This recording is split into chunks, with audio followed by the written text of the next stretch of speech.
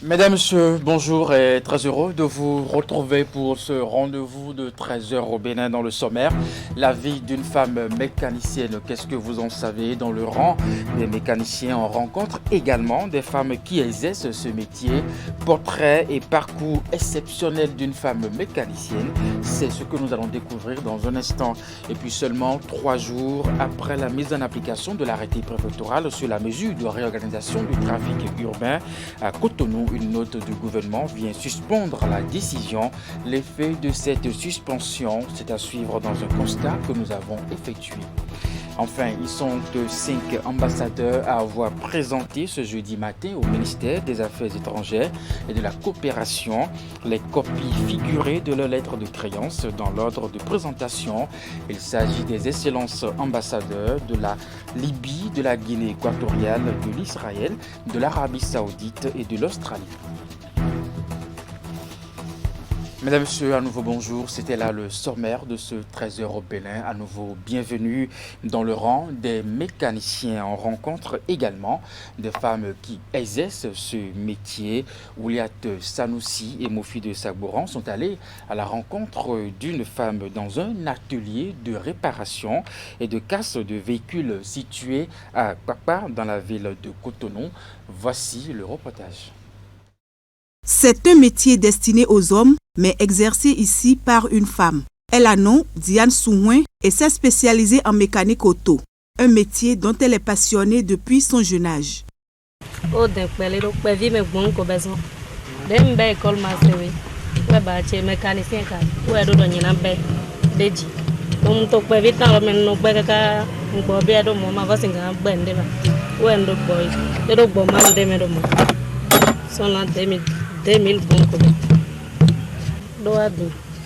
Mindo mbai 14 ans demain ba choro ajodo to baba chelo de mbai 14 ans lote choro tlo de wa bio to lo me boje congé menti ro bio belo me. Le métier exige de Diane Souhouin de la force et de l'énergie, parfois sous un soleil ardent. Malgré les difficultés qu'elle rencontre dans le travail, elle n'entend pas abandonner. Nous avons tant pour nous tiens on ko pro mam son ko vi me donc ni ta bi ba ma fa no bia o nam do no se o fies abedo pode len nothing but a je lo ko na to club a to a o ve mo bona ta me gba ko na no anya o ve ka bon na ko ka bon chi wi bon mo do no godo de na ndero.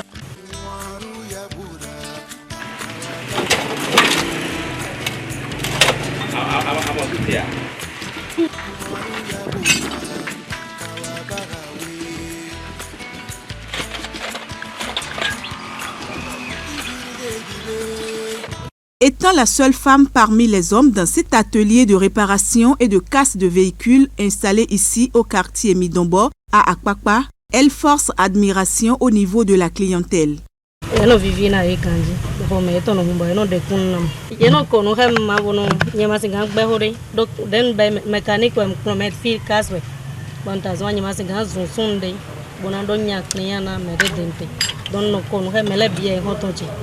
Mais dans mes dents d'eau, ça dit que la cabine de quoi. Mais nous connaissons les gandis. Moi, ici, c'est une autre chose. On n'a pas de problème. Moi, il y a une autre chose. Mais ma carotte est quoi, j'ai là. On va bien le topiler. On va dire que ma carotte est bonne. Aujourd'hui, femme au foyer, Diane Souhouin n'a pas pu obtenir son diplôme de fin de formation auprès de son père. Donc, moi, j'ai vu tant de bâches, je vais home. Bon, ni à soutien na y diplôme na même ma so doit le diplôme là même ba. Il aime go bien mettre de mon. Donc à la golo, ni comme quoi de gens ganze boy moi. Bon, ni na ba go de gens, y na lo ba.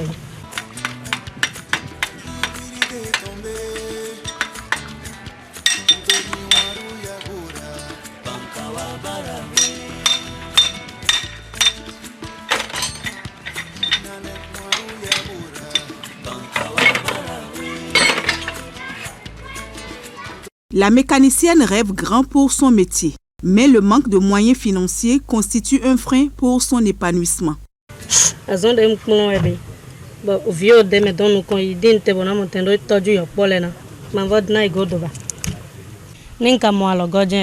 na go ba che de na yi diplôme bonado pour monter un atelier che bonado toju yo polena na ya apprenti le bonano pinso na pno yega me de be pere ngom dimbo moda alogo wedum ma ndo ma do gan yene gwalo nam do ma do hunde kana toju yo pole yin suna do no mombono toju yo pole ma menu ko yi lo eta na via u nga du po yo pole call yi vileton to pe be ne o menye suna do anyi de lo no via u magando ne ho kwa susu courant kwa ne lebi.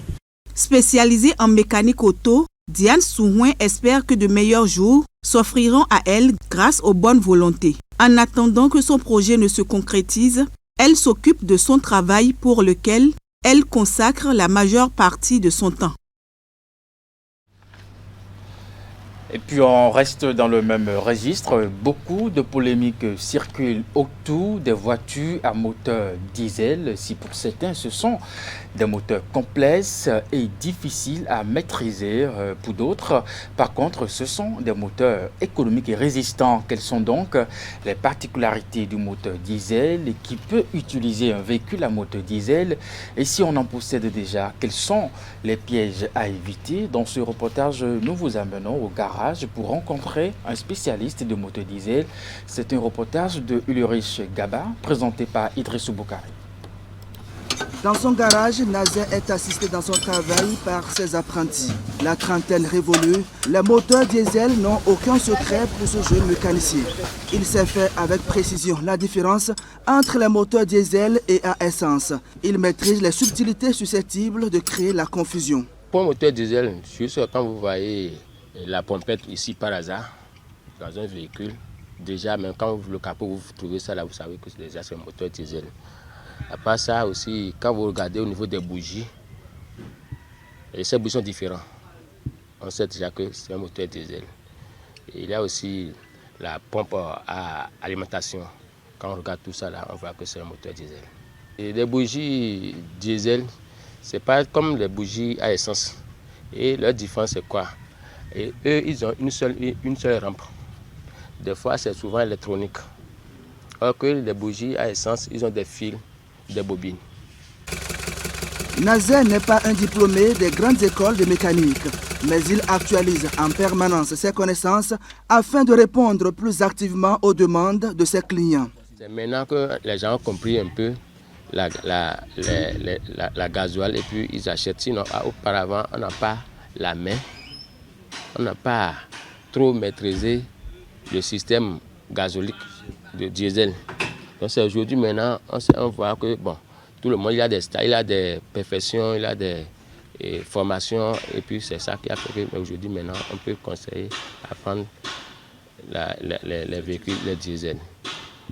Pour ce jeune mécanicien formé avec les anciens moteurs, l'évolution de machines et de l'électronique nécessite de nouvelles approches dans la réparation et entretien des voitures à moteur diesel. C'est la raison pour laquelle il fait une nette démarcation entre le diesel mécanique et celui électronique. Pour un moteur diesel, pour faire vite la réaction, pour voir si c'est bon, c'est pas bon, il faut voir si le moteur diesel que tu veux acheter là, ou bien la voiture diesel, le véhicule diesel que tu veux acheter, c'est pas venir avec un moteur électronique.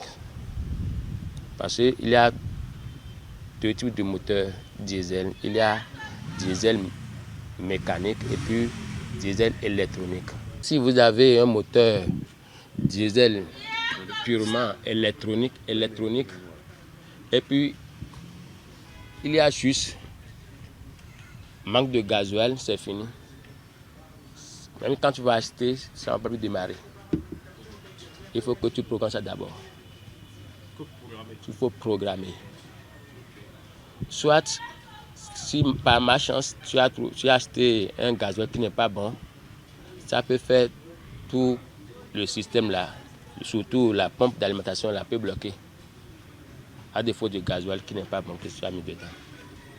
C'est le défaut qu'il y a entre le moteur diesel, électronique et mécanique. Alors que c'est la mécanique, quand la gasoil est finie, tu pompes la pompette ici, tu démarres, ça prend. Alors que c'est électronique, ça ne va pas prendre. Malgré son apparence complexe, le moteur diesel présente un aspect plus économique et plus endurant. C'est le côté économique du moteur de la consommation du gasoil qui fait toute sa beauté. Les moteurs diesel ne consomment pas par rapport aux moteurs essence.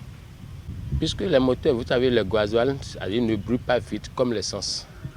Donc, tant que ça ne brûle pas comme l'essence, c'est comme ça que ça dure sur les pistons, ça dure au cours du feu là.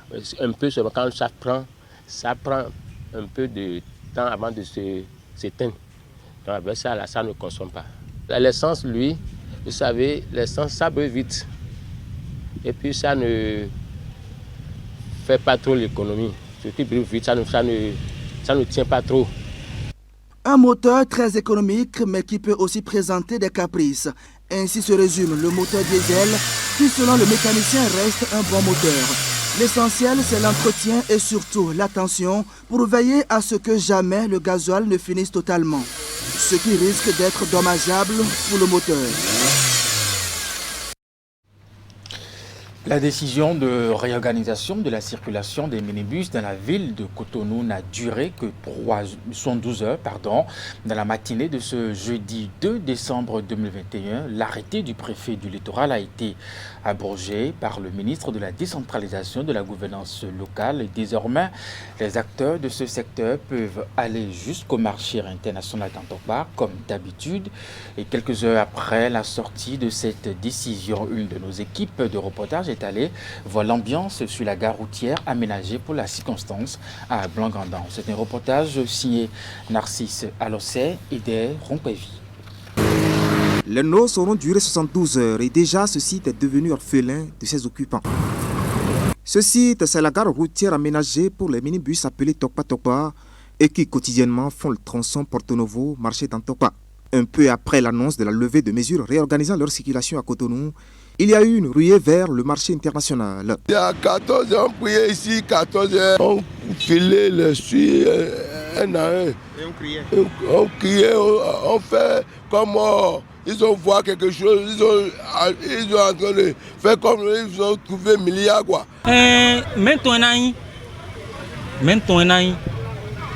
Et si c'était vous? Depuis que cette décision a été prise de déposer les passagers à Blanc-Gandon,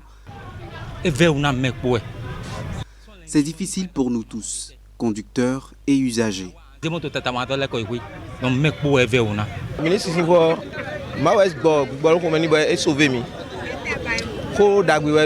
Conséquence, cet espace qui grouillait de monde depuis lundi dernier a été presque abandonné à notre arrivée. Seuls quelques occupants encore incrédules y attendent désespérément l'officialisation de l'arrêté ministériel. Je n'ai pas encore su quoi. C'est à cause de ça qu'on a peur pour les policiers même. Parce que si on dit de faire quelque chose, c'est un dossier que les policiers font. C'est à cause de ça, moi j'ai peur. On va attendre que c'est OK pour aller là-bas avant que moi je vais quitter pour aller. Ça, je n'ai pas encore écouté bien, je vais rester ici. Et demain, je charge à Porto Novo, pas Coloé. Si on a dit là-bas... La plupart de ses collègues, eux, ont déjà retrouvé leur lieu habituel dans les périphéries du marché d'Antokpa et procèdent à cœur joie à leur traditionnelle opération de chargement et de déchargement des passagers. Ils applaudissent tous la décision du ministre de la décentralisation de la gouvernance locale, contrairement à d'autres acteurs du secteur des transports. Sur ces gares routières, le rançonnement est à zéro. Il n'y aura pas la corruption, le rançonnement, personne ne va pas abuser de personne. Donc, alors que sur les gares routières fictives, illégales, qui sont dans des fonds, il y a des gens qui sont enrichis en patrons, surtout les syndicalistes, et c'est eux, sur leurs véhicules qui voyagent. Si pour les véhicules des autres devaient voyager, ils paient 5 000 francs contre zéro reçu. Ça, ce n'est pas de la rupture.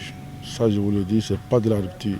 C'est tout à fait contraire à la rupture. Je ne veux pas utiliser le mot comportement, mais l'acte que nous avons observé, c'est tout à fait le contraire. Mais je regarde si ce n'est pas une manière de saboter indirectement les réformes.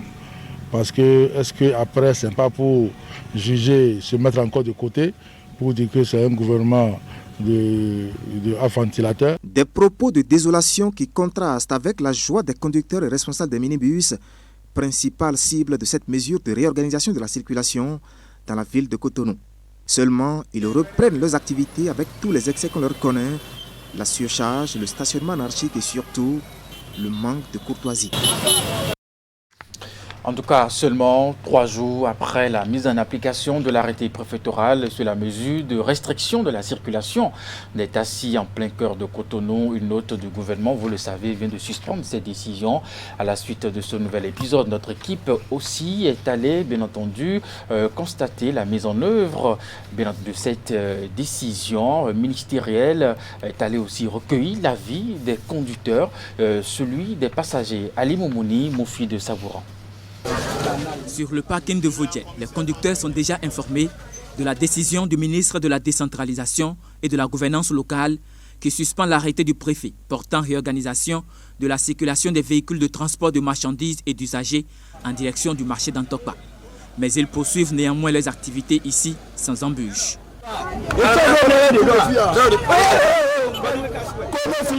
La décision du gouvernement, ça nous a vraiment surpris. C'est-à-dire, ce qui m'a étonné, nous n'avons pas de PAC. Nous, les chevaux, n'avons pas de PAC. Donc ça fait des années que je suis dans le transport. Mais ça a été trop. Ils ont précipité trop.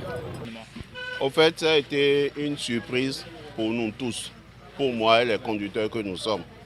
Parce que une arrêtée qui se retrouve tout de suite dans les réseaux sociaux, c'est grave. Je me pose la question si c'est le gouvernement de talent même. Parce que nous connaissons la rigueur de ce gouvernement. Dans la masse, il y en a qui ont hâte de rejoindre les anciens sites de stationnement. Là où on est maintenant là, on n'a même pas arrangé les choses. Parce que le parc maintenant c'est en vrac. On veut repartir. Par contre, du côté des responsables des conducteurs, l'ordre doit suivre une chaîne de commandement. Nul n'est au-dessus de la loi.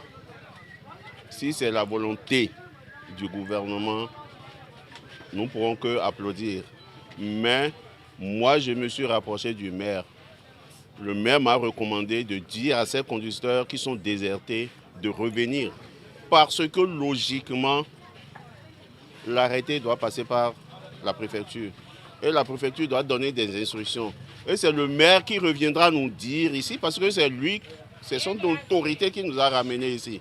Donc, il devait revenir nous dire qu'il y a une arrêté qui nous demande de regagner nos places. Tant que le maire n'est pas venu, nous ne pouvons rien faire. Comme le stipule la note ministérielle, la mesure de réorganisation du transport urbain dans la ville de Cotonou a engendré beaucoup de mécontentement. Les passagers se plaignent des difficultés à rallier leur point de chute, le marché d'Antokpa, à partir du nouveau site de stationnement des véhicules. Et cette décision apparaît pour eux comme une bouffée d'air de soulagement. C'est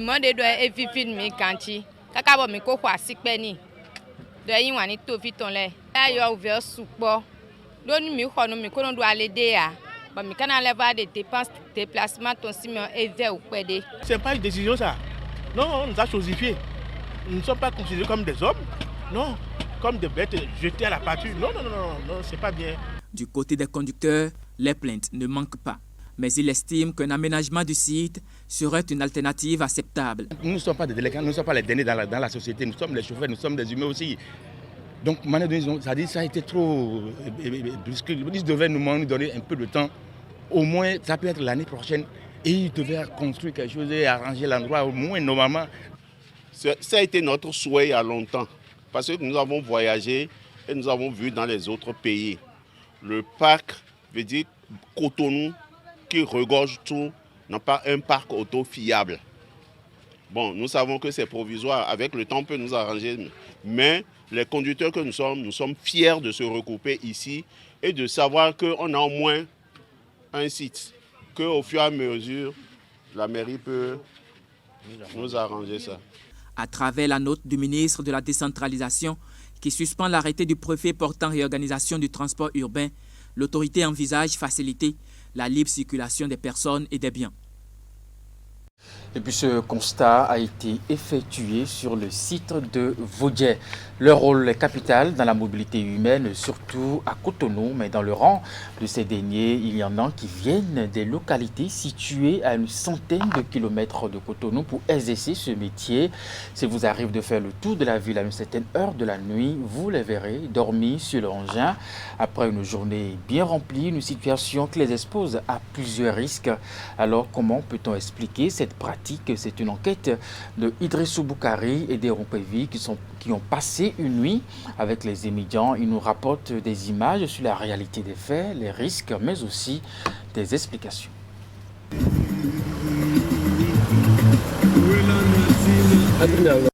1h du matin à Cotonou, le grand monde qui grouille dans la journée au niveau des grands carrefours de la ville a fait place au désert et au calme. Calme enveloppé par la fraîcheur qui marque la fin de la journée et annonce la levée du soleil du jour suivant. Un peu plus loin, sur les places publiques comme l'Étoile Rouge, la place Lénine, sous l'échangeur de Godomé, de Weiho, au niveau des stations, devant les boutiques, au stade général Mathieu Kérékou et autres, on découvre des conducteurs de taxi-moto plongés dans un profond sommeil à la belle étoile, comme si ils étaient dans leur lit, isolés ou en groupe et protégés à leur manière. Tous les moyens sont bons pour trouver le sommeil. Pour certains, il n'y a pas d'autre choix.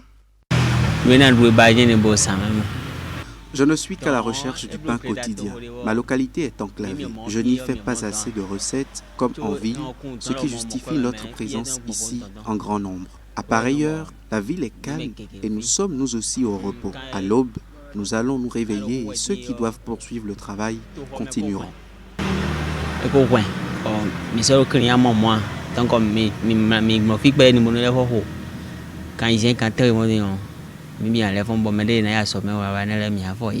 Mais qui sont en réalité ces conducteurs de taxi-moto? D'où proviennent-ils? Et pourquoi sont-ils obligés de passer les nuits hors de leur chambre à Cotonou et loin de leur famille? Des réponses à ces questions nous éclairent. Achille et les autres viennent des communes environnantes de Cotonou.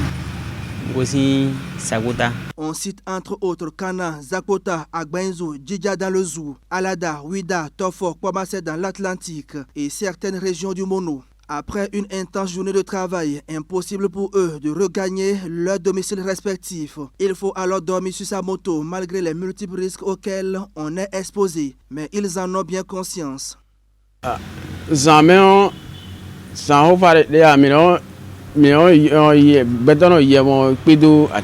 Qui parle de nuit parle de risque. On rencontre des malfrats, comme on se fait aussi escroquer par des clients indélicats qui nous mettent en attente. Et c'est sans oublier les patrouilles policières. Nous nous sentons en sécurité ici, vu la proximité de ce lieu avec la banque où des forces de l'ordre sont présentes. Nous ne sommes pas des noctambules à craindre. Notre seul objectif, c'est pouvoir joindre les deux bouts. Ce qui me soulage moi en plus, c'est la baisse de l'insécurité grâce à l'état actuel des voies, l'éclairage public et la police qui veille au gras.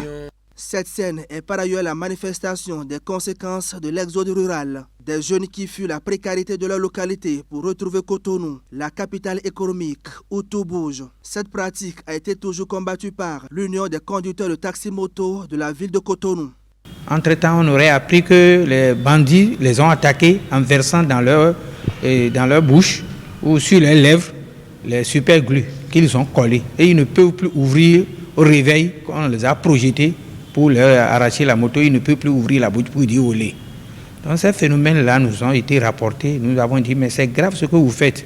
Au moins, même si vous n'avez pas là où dormir ici, regroupez-vous en association ou en un groupe de 10 ou de 15 et vous allez louer une chambre où vous allez vous cotiser chaque mois et payer. Là, vous pouvez dormir bien, vous levez le matin, vous lavez bien et vous allez vous mettre au travail.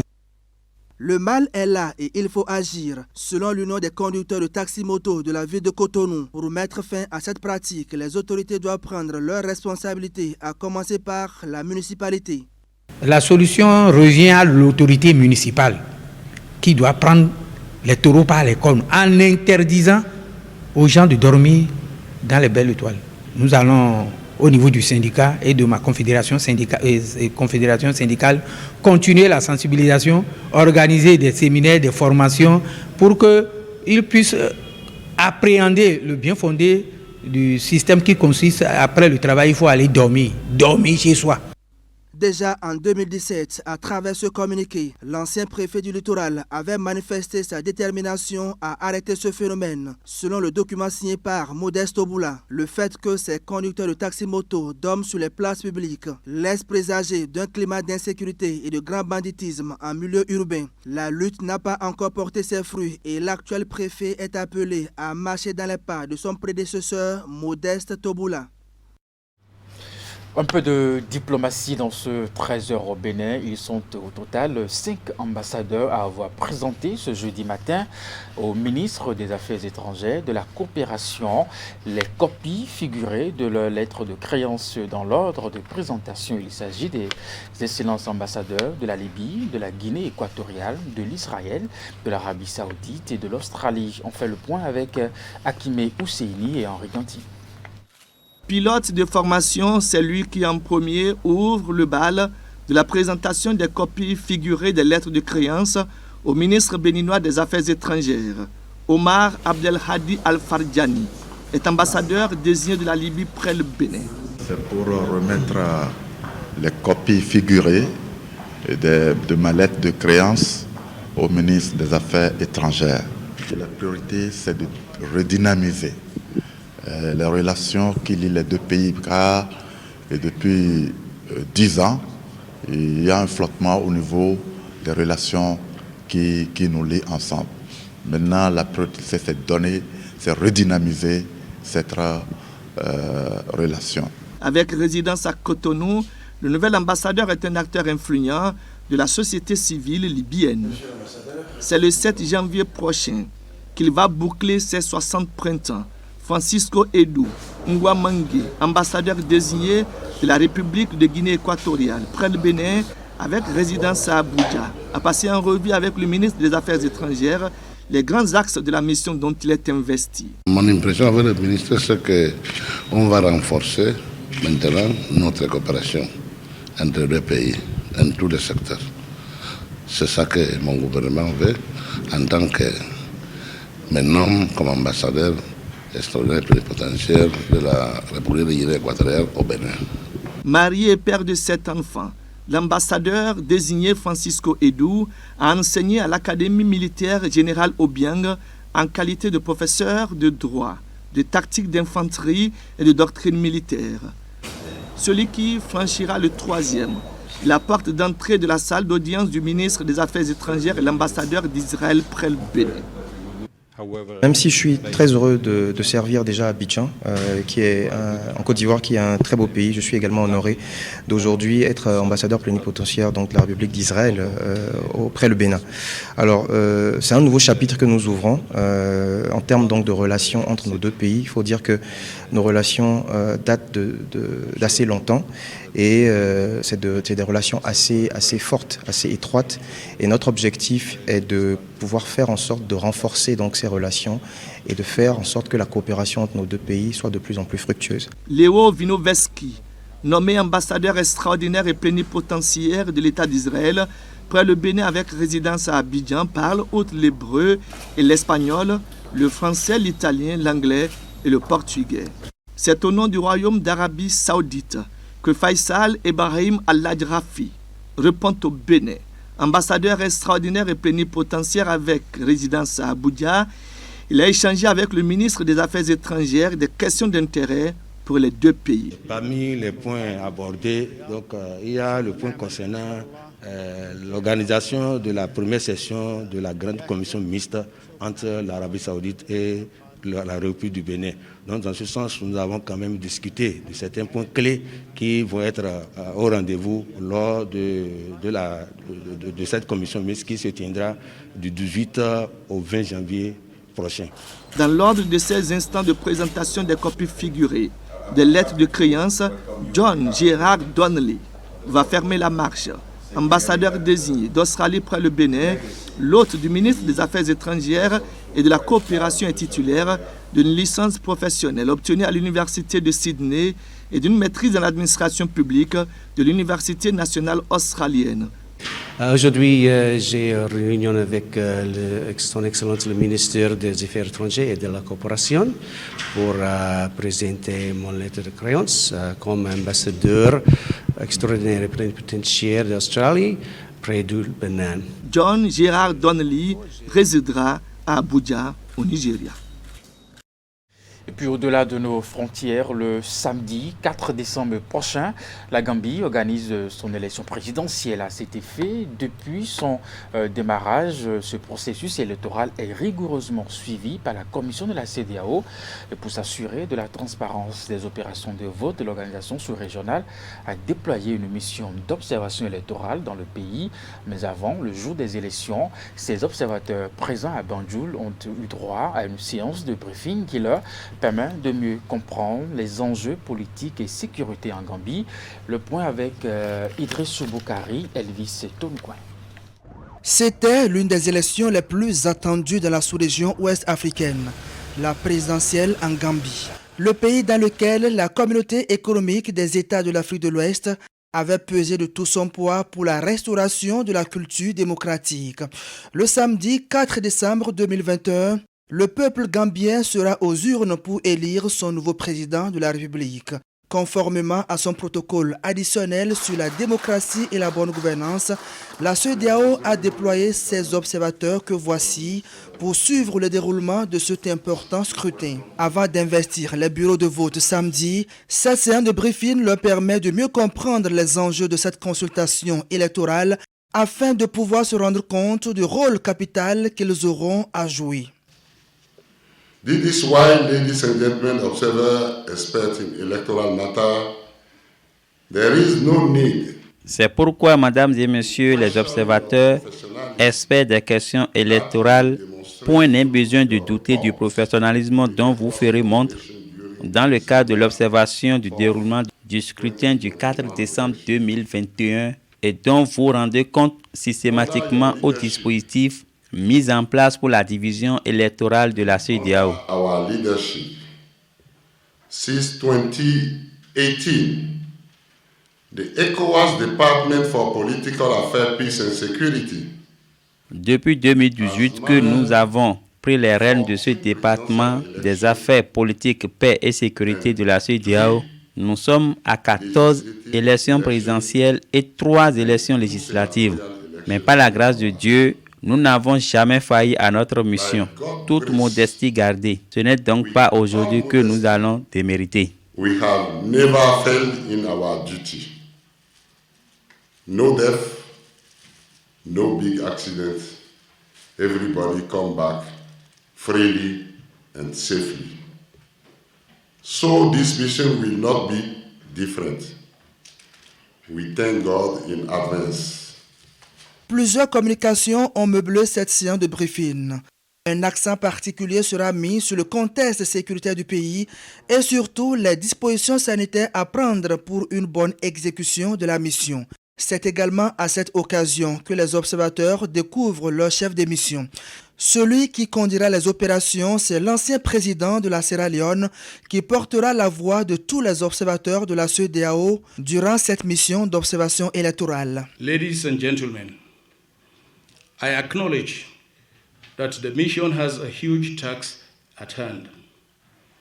Je reconnais que la mission a une tâche énorme à accomplir, mais je sais aussi qu'avec un cœur vaillant, rien n'est impossible.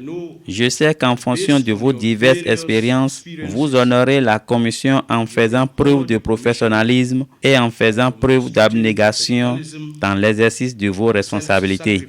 Je sais que je peux compter sur vous pour qu'ensemble nous puissions surmonter tous les défis et réussir cette mission.